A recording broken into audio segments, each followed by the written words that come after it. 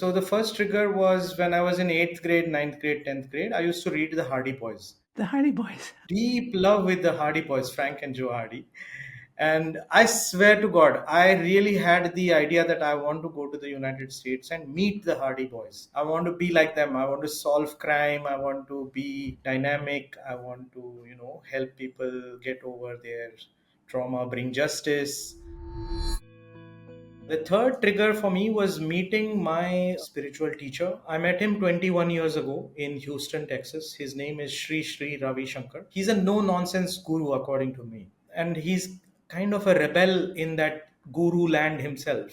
Instead of waiting for people to come to him at the age of 20 or 21, he decided to travel and take the wisdom of India across the world. And so when I met him, I was touched by his innocence and intellectual capacity.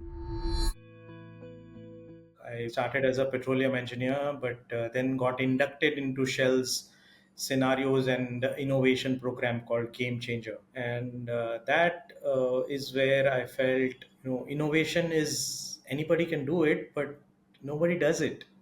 We always think of Steve Jobs as the innovator or the Right. iPhone as the innovation product, but it requires a mindset. It requires a mindset for being innovative and creative, and that is what was the boon in my life, is to be part of that ecosystem of innovation within the belly of the beast.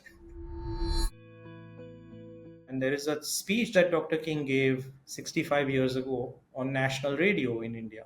That touched my heart. So the book and this online research, and an idea came in my head that something happened there for him. Something has happened in India for him because he became the torchbearer for non-violence in the civil rights movement. I want to take people from both sides of the gun, the perpetrator and the survivor, so that my work is not about the gun. And I want people from all different backgrounds, all different skin color, all different races, etc., etc. And I spoke to about 35 individuals who were on these two domains, the perpetrators as well as the victims. And within 10 days, the six people that you see in the film said yes, they would like to come. I took my film for screenings in the gangs of Chicago, south side of Chicago, in prisons, in juvenile halls, and in communities where you can say there is a lot of darkness. Yeah, there's a lot of darkness. When these film screenings happened, people used to ask me, when is my next trip? So I brought 4 trips to India before the pandemic. And this time I mindfully chose the pilgrims, right? So now it has to be a leader of some influence so that when they come back, they can do some implementation work. So mayors of the United States came with me, police chiefs came with me, leaders of gangs came with me, school leaders came with me. So it was my way of looking at my country through the eyes of these pilgrims. You need that air cover so that you can play without being worried about your job, because when you are playing, when you are doing innovative work, because it's bold, it's nobody has done it, there can be mistakes, right? There can be errors, sometimes even blunders. So if you don't have that air cover, we will not put the risk in doing that experiment, because at the end of the year you don't need a slap on your wrist and say, hey, you made a mistake, right? So that's what I call air cover. You need that protection to go do something. So that is what I felt in this chief of police. And we did this premiere screening. 450 people showed up in that screening at Paramount Studios. I made the cops and the community members hold hands and pray for each other at the end of the screening. I led a meditation, and it was just an amazing unfolding. It's a perpetuating impact of trauma. And somebody has to say, trauma stops with me. It doesn't go beyond me. So that is the program that I offered to the community members. And without their knowledge, I actually did the same pitch to the Los Angeles Police Department in the precinct. And I said to the officers that, policing in these neighborhoods cannot be easy. it is involving a lot of trauma, secondary trauma maybe. It has many ripple effects on the life of an officer. So, would you like to join a workshop on healing yourself? And so I brought these two different groups. And then I brought a third group. I went to a local school. I went to the elementary school in South Central Los Angeles. And I told the principal of the school that, your community has trauma. The kids that come to your school have to have trauma. Can you allow me to host this workshop in your school and allow 6 or 7 parents and teachers to join? So, yeah, she said yes. So, that is where this first unfolding happened.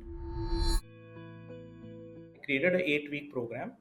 And at the end of 6 weeks, after doing a lot of this breath work, meditation work, mural paintings, discussions, at the end of 6 weeks, nobody had missed a class. Not a single person missed a class. So I asked them, was it a good use of your time? And yes, everybody said it was a good use of their time. I said, who has sold drugs? So many people raised their hand. So I said, guys, that means you know the art of selling. Can you help me sell peace? Whatever I have shared with you, if this was part of your elementary school knowledge, wisdom, teachings, life would have been different, wouldn't it? Can you now become a teacher? Can you become an ambassador? So that was the next 2 weeks of training, a certification where I trained again. Everybody came to those 2 weeks. And that's the video that we gave medals of honor to these people, certificates. The chief of police came. We got some primetime media coverage that day.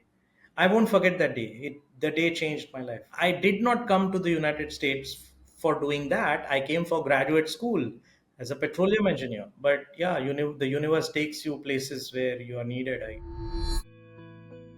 It's not just peace building is valuable in conflict regions in the world, but perhaps in every home. I think that is where the rewiring needs to start, of looking at violence that we create even in our own mind, thinking bad about somebody. So that is where I feel like, as a futurist, which I put you in that bucket of the futurist, uh, this is the future we need to co-create, which Yes. has the culture of peace ingrained in the education of every human being.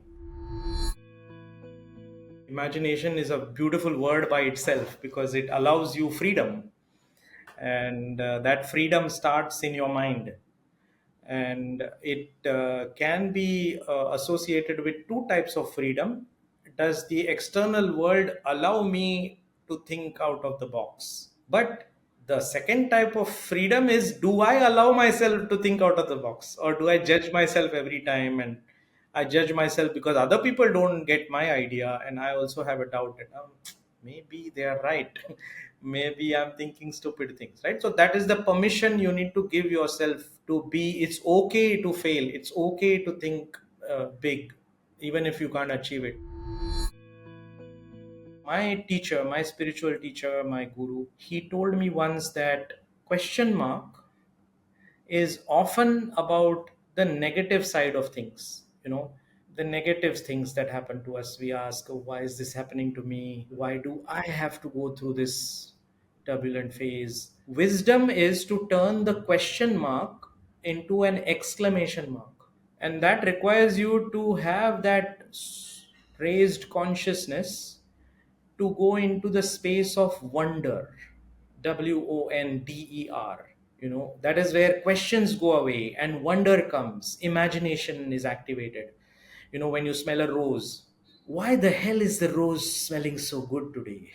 We don't ask that.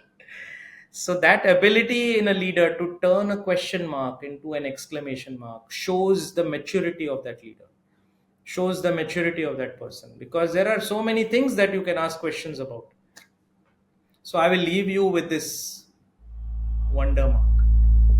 For more from this interview, subscribe to Imaginize World on YouTube or wherever you listen to your podcasts.